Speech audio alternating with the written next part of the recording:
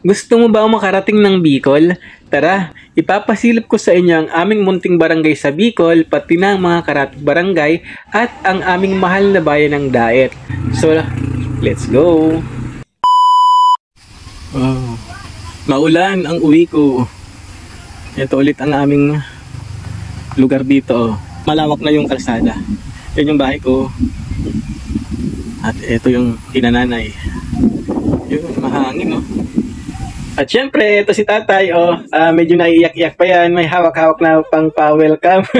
Ayan, nag-effort naman sila kahit naman papaano, kahit kalendaryo lang yan. Syempre na-appreciate. Welcome back, Santi, we love you, wow. At dahil nga February pag-uwi ko, ayan, meron akong dalang pasalubong na puso para sa aking nanay at tatay. Ayan ang aking nanay at tatay. Ito muli ko kayong ipasyal sa fishport ng Mercedes at wala nga silang huli dyan, nakataob yung kanilang mga banyera at nagsisinsay na lang yung mga tao dyan, no? Abang medyo malakas pang alon, kaya hindi sila nakakapag palaot. At ito, di ba? Ito yung pantalan dito, may mga bangka. Ayan.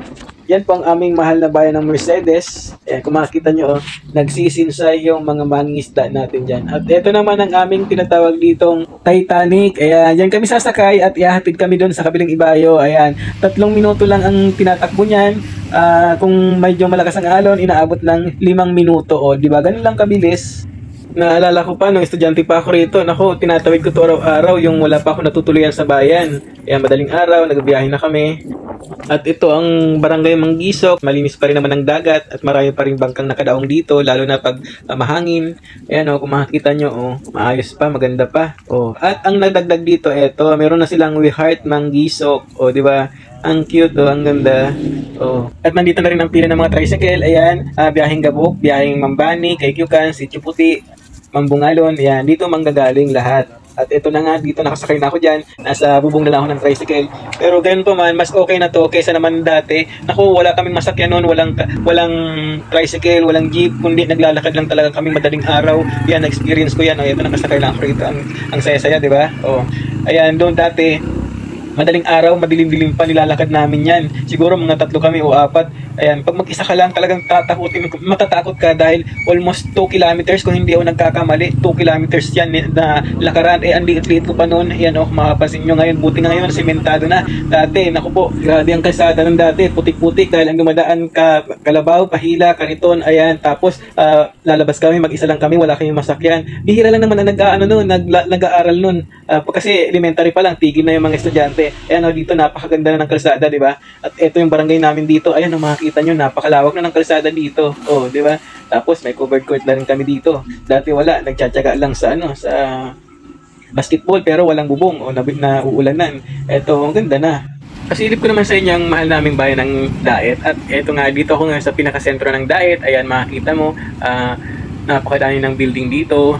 Dati pa naman yan, noon pa ganyan na rin talaga yan. Pero ang maganda rito, yun, dumadami na rin ng fast food dito. Ayan, meron na rin dito mga Jollibee ganyan. Tapos dalawa na rin, may SM na rin dito, may Save More, may hypermarket. Ayan, tingnan mo naman yung Jollibee dito. Napakadami ng drive-thru kasi napakalakas ba naman ng Jollibee na yan dyan.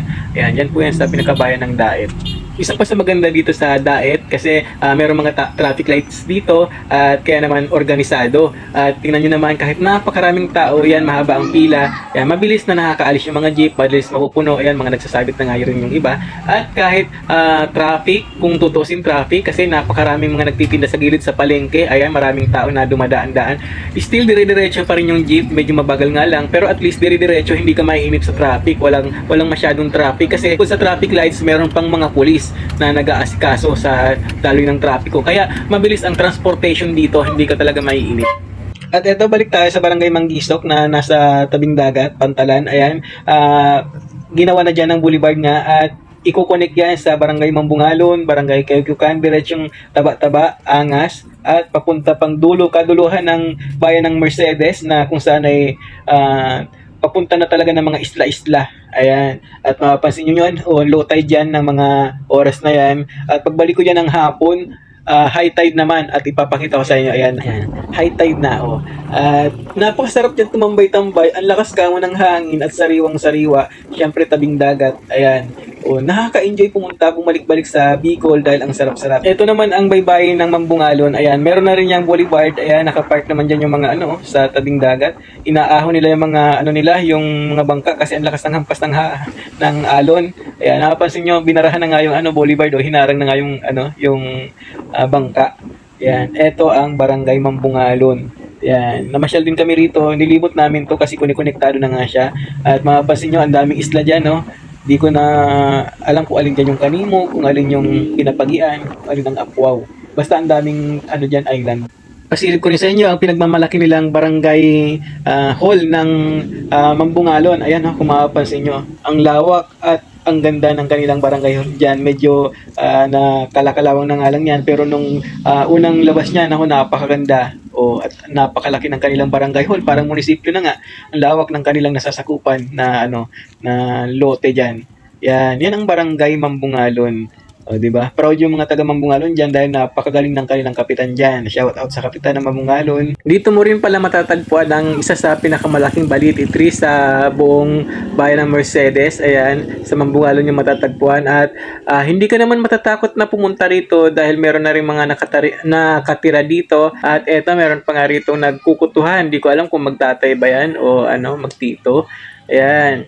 Napakalaki ng puno na ito. At talaga namang hindi mo to kahit siguro 10 kayo katao, hindi nyo siguro to kayang yakapin itong puno na to ng balite dito sa Barangay Mambungalon, Mercedes, Camarines Norte. At yan po ay talagang dinadayo na, lalo na siguro pag Biyernes Santo, siyempre yung mga naniniwala pa sa agimat, shout out sa inyo. Siyempre, shoutout din sa mga batang pantalan dyan na naglalaro ng basketball. Pinaglaro ko nga sila dyan. Makapanood nyo rin dyan. Shoutout ko na rin si Ate Aye ng Kaliputo Labak. Kumusta po sa'yo, Ate Aye? Saan ka man ngayon naroon? Shoutout po sa'yo.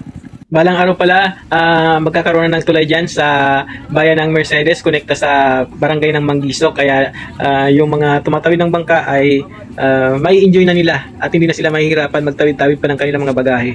At syempre, bago ako umuwi ng Cavite, ayan, dumaan muna ako sa tuyuan dahil dito ay marami nagtutuyo dito sa bayan ng Mercedes at napakasarap nga ng mga tuyo nila rito. Ayan, kaya naman, bago ako umuwi, kailangan meron akong dalang produkto ng Mercedes. At yun nga ang tinatawag na langkoy. At ito naman ang dilis na boneless. Ayan, napakasarap po niyan. Para yung chicharon. Pag yan ay pinirito nyo, tamang-tama ngayong mamahal na araw. At ito naman, syempre, hindi ko pwedeng kalimutan ang pansit bato. Ayan, pansit bato ng Bicol.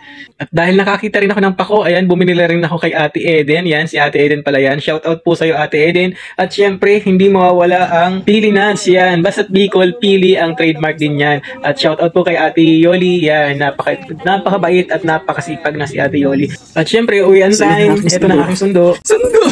Mike, iskay lang po. Kaya may dala akong mga box, panindang tuyo para medyo makabalik-balik yung mga gastos. Kaya